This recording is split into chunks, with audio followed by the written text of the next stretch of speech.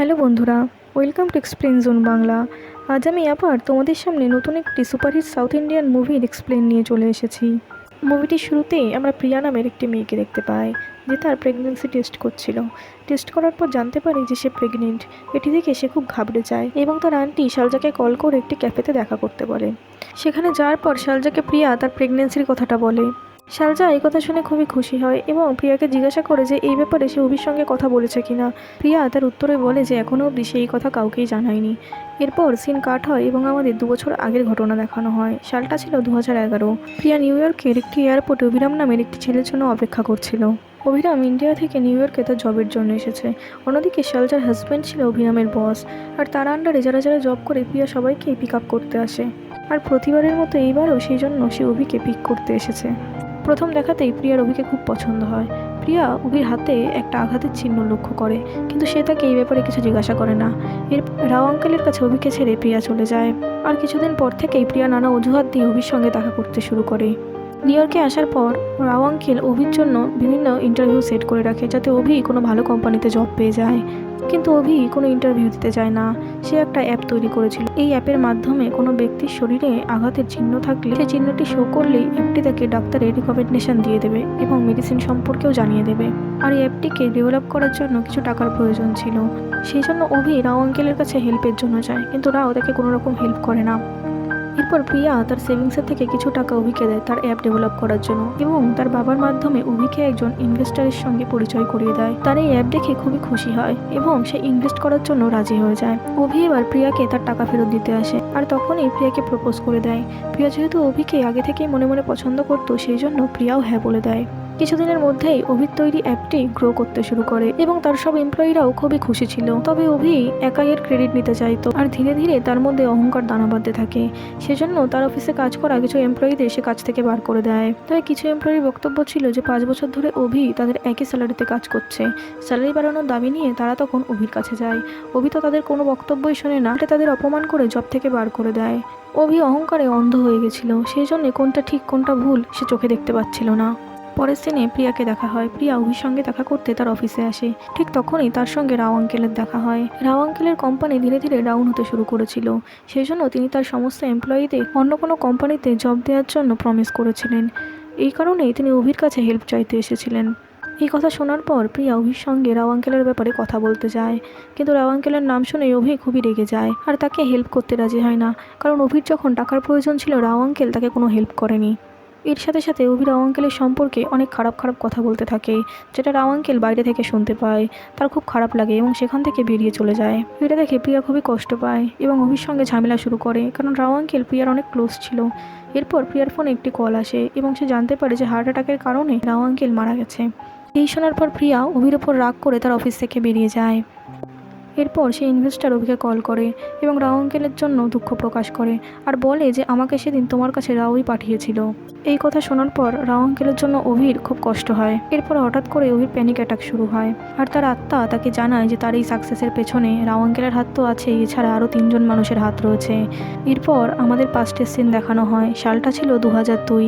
অভির তখন 18 বছর বয়স ছিল। সে পড়াশোনায় খুবই ভালো ছিল। একদিন অভির গ্রামে বোট কম্পিটিশন অনুষ্ঠিত হয়েছিল। অভি এর আগে কখনো এই রেসে জিততে পারেনি। রেসে স্টার্ট হয় আর অভির নজর গিয়ে পড়ে একটি মেয়ের ওপর। মেয়েটি একটি গাড়িতে করে যাচ্ছিল। অভি সেই মেয়েটিকে দেখার জন্য জোরে জোরে বোট চালাতে শুরু করে, আর অজান্তেই সে রেসটি জিতে যায়। আর এরপর গ্রামের প্রধান তার মেয়ের হাত দিয়ে অভিকে ট্রফি দেয়। এই মেয়েটিকে দেখার জন্যই অভি বোট চালাচ্ছিল। মেয়েটির নাম ছিল পার্বতী। এরপর তারা দুজনেই লুকিয়ে লুকিয়ে দেখা করতে শুরু করে। ধীরে ধীরে তাদের মধ্যে ভালোবাসা তৈরি হয়। তবে একদিন পার্বতীর বাবা তাদের এই সম্পর্কের ব্যাপারে জানতে পেরে যায়, আর সেদিন রাতেই অভির বাড়িতে গিয়ে তার মাকে ধমকাতে থাকে যে কালকের মধ্যে যদি তারা গ্রাম ছেড়ে চলে না যায়, তাহলে সে তার ছেলেকে মেরে ফেলে দেবে। অভি বাড়ি আসার পর তার মা ঠিক করে যে পরের দিনই তারা এই গ্রাম ছেড়ে চলে যাবে। কিন্তু যাওয়ার আগে অভি পার্বতীর সঙ্গে দেখা করে সমস্ত কথা বলে দেয়। তখন পার্বতী বলে যে আমিও তোমার সঙ্গে যাব। পরের দিন স্টেশনে অভির মার সঙ্গে পার্বতীও আসে। তো স্টেশনে পৌঁছানোর পর পার্বতী তাদের সঙ্গে যেতে রাজি হয় না, আর অভিকে বলে যে এখন যদি আমি তোমার সঙ্গে চলে যাই তাহলে তোমার সঙ্গে সঙ্গে আমাকেও কাজ করতে হবে, আর তুমি এত ভালো পড়াশোনায় হওয়া সত্ত্বেও তোমার কেরিয়ারটা খারাপ হয়ে যাবে। এই বলে পার্বতী তার গ্রামে ফিরে যায়। এরপর সিন প্রেজেন্টে আসে আর আমরা দেখতে পাই যে অভি এখনো পার্বতীর উপর রেগে আছে, আর তার অন্তরাত্মাকে বলে যে সেদিন যদি আমার কাছে টাকা থাকতো পার্বতী অবশ্যই আমার সঙ্গে আসতো। তখন তার অন্তরাত্মা বলে যে সেদিন যদি পার্বতী তোমার সঙ্গে আসতো তাহলে না তোমার কেরিয়ার তৈরি হতো আর নাই তোমার এত বড় কোম্পানি হতো। এই শোনার পর অভি তার ভুল বুঝতে পারে এবং সে পার্বতীর সঙ্গে দেখা করার জন্য ইন্ডিয়ার উদ্দেশ্যে রওনা দেয়। এরপর সিন কাট হয় এবং আমরা পার্বতীকে দেখতে পাই। পার্বতীর এখন বিয়ে হয়ে গেছে এবং তার 2টো ছেলে মেয়েও আছে। অভি তার সঙ্গে দেখা করে পার্বতীকে থ্যাংক ইউ বলে এবং বলে যে আজ আমি যা কিছু হয়েছি সবই তোমার জন্য। অভি এবার তার বাবার ব্যাপারে জিজ্ঞাসা করে। পার্বতী তখন বলে সেদিন যখন আমি তোমার সঙ্গে যাওয়ার জন্য স্টেশনে গেছিলাম সেই কথা আমার বাবা জানতে পেরে গেছিল, আর সেই দিনের পর থেকে তিনি আমার সঙ্গে কোনো যোগাযোগ রাখেননি। এই কথা শোনার পর অভির খুব খারাপ লাগে। অভি এবার তার গ্রামে ফিরে যায় এবং পার্বতীর বাবার সঙ্গে দেখা করে এই ব্যাপারে কথা বলে। এসব কথা শোনার পর পার্বতীর বাবা নিজের ভুল বুঝতে পারে এবং পার্বতীকে কল করে তার কাছে ক্ষমা চায়। অভি এবার প্রিয়াকে কল করে কিন্তু প্রিয়া তার কল রিসিভ করে না। প্রিয়াকে আমরা একটি হসপিটালে দেখতে পাই যেখানে সে তার অ্যাবর্শন করাতে গেছিল, কিন্তু তার আন্টি শালজা তাকে বারবার এটি করার জন্য বারণ করছিল, কিন্তু প্রিয়া তার কথা শোনে না এবং সোজা অপারেশন থিয়েটারে চলে যায়। পরের সিনে আমরা অভিকে দেখি। এখানে অভির অন্তরাত্মা তাকে বিশাখাপত্তনম যাওয়ার জন্য বারবার করে বলছিল, যেখান থেকে অভি কলেজ কমপ্লিট করেছিল। এরপর আমাদের আবার একটি পাস্টের সিন দেখানো হয় যেখানে অভির সঙ্গে সর্বা নামের একটি ছেলের বিগত 5 বছর ধরে ঝামেলা চলছিল। একদিন তাদের এরিয়াতে মহেশবাবুর একটি সিনেমা রিলিজ হতে চলছিল, আর তখন তারা দুজনেই মহেশবাবুর একটি করে পোস্টার বানাতে শুরু করেছিল। কিন্তু সর্বার কাছে খবর আসে যে অভি তার থেকে আরও বড় পোস্টার তৈরি করছে। সেজন্য রাতের বেলা সে কিছু ছেলেকে পাঠিয়ে অভির পোস্টার চুরি করে নিয়ে আসে, সিনেমা হলে সামনে লাগিয়ে দেয়। তবে পোস্টার খোলার পর সবাই অভির ছবি দেখতে পায়। এটি দেখে সর্বা খুব চমকে যায়। আসলে বন্ধুরা, এটা ছিল অভির একটি প্ল্যান, কারণ অভি আগে থেকেই জানতো যে সর্বা অভির পোস্টার চুরি করবে। এরপর অভি তার বানানো মহেশবাবুর পোস্টারটি লাগিয়ে দেয়। এরপর সিন ফ্ল্যাশব্যাকে যায়। 2003 সালে অভি কলেজের একটি হকি কম্পিটিশনে অংশগ্রহণ করেছিল, কিন্তু সেখানে সর্বা এসে অভির বাবার বানানো হকি স্টিকটা ভেঙে দেয়। এরপর অভি সর্বাকে ধরে মারতে শুরু করে, আর সেই দিনের পর থেকেই অভি আর সর্বার মধ্যে শত্রুতা শুরু হয়। তবে সর্বার বোন চিনুর তাদের দুজনের শত্রুতা একেবারেই পছন্দ ছিল না, তাই তাদের শত্রুতা বন্ধ করার জন্য রাখি বন্ধনের দিন সে তার দাদাকে রাখি বেঁধে অভিকে রাখি বাঁধে আর তাদের দুজনের শত্রুতা শেষ করার কথা বলে, কিন্তু অভি তার কথা শোনে না। আর কিছুক্ষণ পরই সর্বাকে ধরে মারতে শুরু করে। চিনু এবার অভির কাছে আসে এবং তাকে জিজ্ঞাসা করে যে সর্বাকে ধরে কেন মেরেছে। অভি তখন বলে যে চিনু অভিকে রাখি বেঁধেছে, সেই জন্য সে শুধু তাকে রক্ষা করবে আর কাউকে না। এরপর একদিন অভির কলেজে হকি ইন্ডিয়া টিমের সিলেক্টর আসে, আর অভি যাতে এই টিমে কোনোভাবেই সিলেক্ট না হতে পারে সেই জন্য সর্বা কিছু প্ল্যানিং করে, কিন্তু এই কথা চিনু শুনে নেয় এবং অভিকে গিয়ে সে সব বলে দেয়। পরের দিন সর্বার প্ল্যান মতো কিছুই হয় না, আর অভিও ইন্ডিয়া টিমে খেলার জন্য সিলেক্ট হয়ে যায়, আর সেই আনন্দে সে সর্বাকে জড়িয়ে ধরে। এরপর একদিন চিনু অভিকে ফোন করে গ্রাউন্ড ফ্লোরে দেখা করার কথা বলে, আর অভিও সেইখানে যায়। তবে সেখানে যাওয়ার পর সর্বা ও তার বন্ধুরা অভিকে ধরে খুব মারতে শুরু করে। অভি কোনোভাবে তার জীবন বাঁচিয়ে সেখান থেকে পালিয়ে আসে। এরপর সিন প্রেজেন্টে আসে আর আমরা সর্বাকে দেখতে পাই।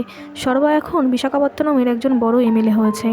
সর্বার নজর এবার অভির দিকে পড়ে, আর সে তখন অভির কাছে যায় গিয়ে অভিকে বলে সেদিন আমি তোমাকে খুব মেরেছিলাম আর সেই পাপের শাস্তি আমি পেয়ে গেছি। একটা বোম ব্লাস্টে আমি আমার পা হারিয়ে ফেলেছি। অভি তখন সর্বাকে বলে সেদিন যদি তুমি আমাকে না মারতে আর আমার হাতে যদি এই চোট না লাগতো তাহলে কখনোই আমি আমার জীবনে সফল হতে পারতাম না।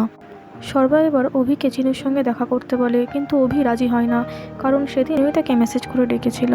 কিন্তু সর্বা তখন বলে যে সেদিন চিনু তোমাকে মেসেজ করেনি, চিনুর ফোন থেকে আমি মেসেজ করেছিলাম।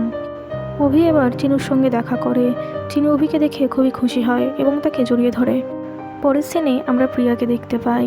প্রিয়া খবর পায় যে অভি রাও আঙ্কেলে সেই 60 জন এমপ্লয়িকে কাজ দিয়ে দিয়েছে। তার সাথে সাথে যেসব এমপ্লয়িদের সে বার করে দিয়েছিল তাদেরও জব দিয়েছে, আর সে সিওর পদ থেকেও রিজাইন করে দিয়েছে। এইসব শুনে প্রিয়া খুব খুশি হয়, আর তার মনে হয় যে এবার সে হয়তো তার সেই পুরনো অভিকে ফিরে পেয়েছে। প্রিয়া এবার অভির অফিসে যায়, আর সেখান থেকে সে জানতে পারে যে অভি এয়ারপোর্টে গেছে। প্রিয়া ভাবে যে অভি হয়তো তাকে সারা জীবনের জন্য ছেড়ে চলে যাচ্ছে, সেই জন্য সে তাড়াতাড়ি করে এয়ারপোর্টে যায়। সেখানে যাওয়ার পর অভির সঙ্গে তার দেখা হয়।